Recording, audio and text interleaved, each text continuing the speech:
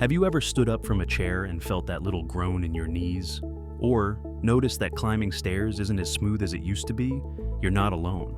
After 50, many of us start to feel the slow creep of weakness. Less balance, less strength, less confidence in our own movement. You've likely been told that losing muscle, slowing down, and feeling stiffer are just a normal part of aging. But here's the truth. What we often call aging is really inactivity. Decades of research in physiology and gerontology show that the most powerful way to stay fit, mobile, and biologically young is simple. And it's not a pill, a supplement, or an expensive fitness plan. It's an exercise that you've done thousands of times in your life, often without thinking. It's the squat. Yes, the humble squat. But not in the way you might imagine. We're not talking about deep barbell squats or gym class drills. We're talking about a controlled, functional movement adapted for your body, your joints, and your goals after 50. Stick to the end to hear a shocking benefit of squatting that no one talks about.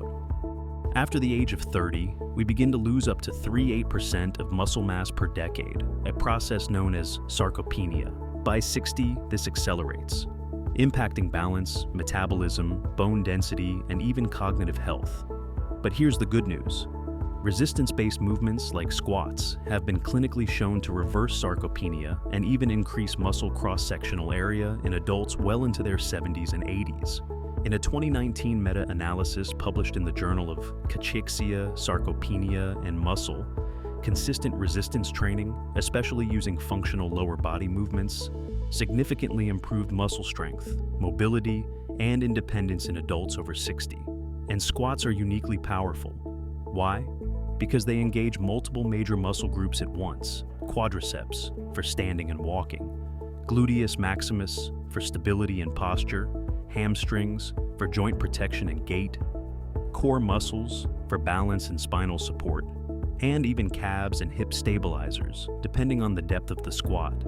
These are the exact muscles that allow you to get out of a chair, climb stairs, lift groceries, or prevent a fall. In short, squats are not just an exercise. They are a lifelong movement pattern essential to quality of life. What happens when you don't squat? If you found it harder lately to get up off the sofa or noticed more stiffness in your hips and knees, it's likely not just aging, it's disuse. Without regular, deliberate lower body movement, the synovial fluid in your joints decreases, leading to stiffness. Your muscles shrink, atrophy, and your proprioception, the body's ability to balance and sense movement, declines. And most importantly, falls become more likely.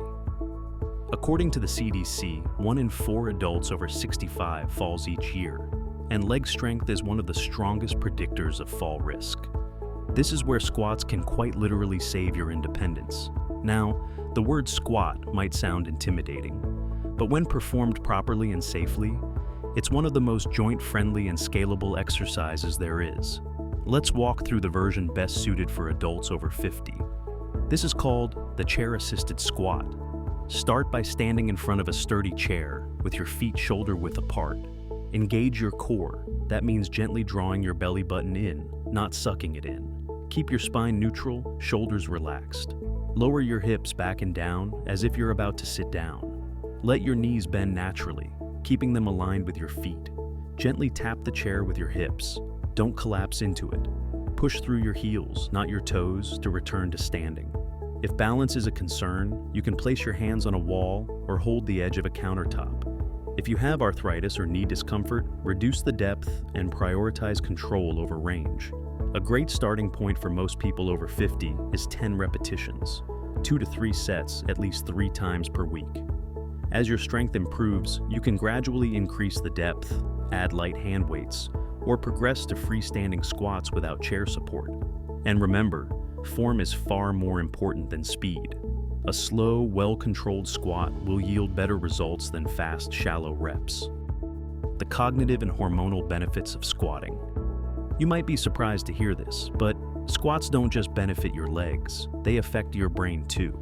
Resistance training, especially compound movements like squats, boosts brain-derived neurotrophic factor, BDNF, a protein that supports memory, mood regulation, and overall brain health. In other words, regular squatting not only helps you move better, it helps you think better. Additionally, squatting increases the release of testosterone and growth hormone, both of which play roles in maintaining muscle, metabolism, and vitality, especially important as levels decline with age. If you could do just one movement to protect your independence, enhance your metabolism, and preserve the freedom to do the things you love, gardening, traveling, dancing, playing with grandchildren, this would be it. The squat is not a punishment. It's a return to movement, to strength, to capability. It's your birthright to move freely, and it's never too late to reclaim that. So, if you haven't squatted today, this is your sign. Your body is not fragile. It's adaptable, resilient, and incredibly responsive to movement, especially after 50. And the best part?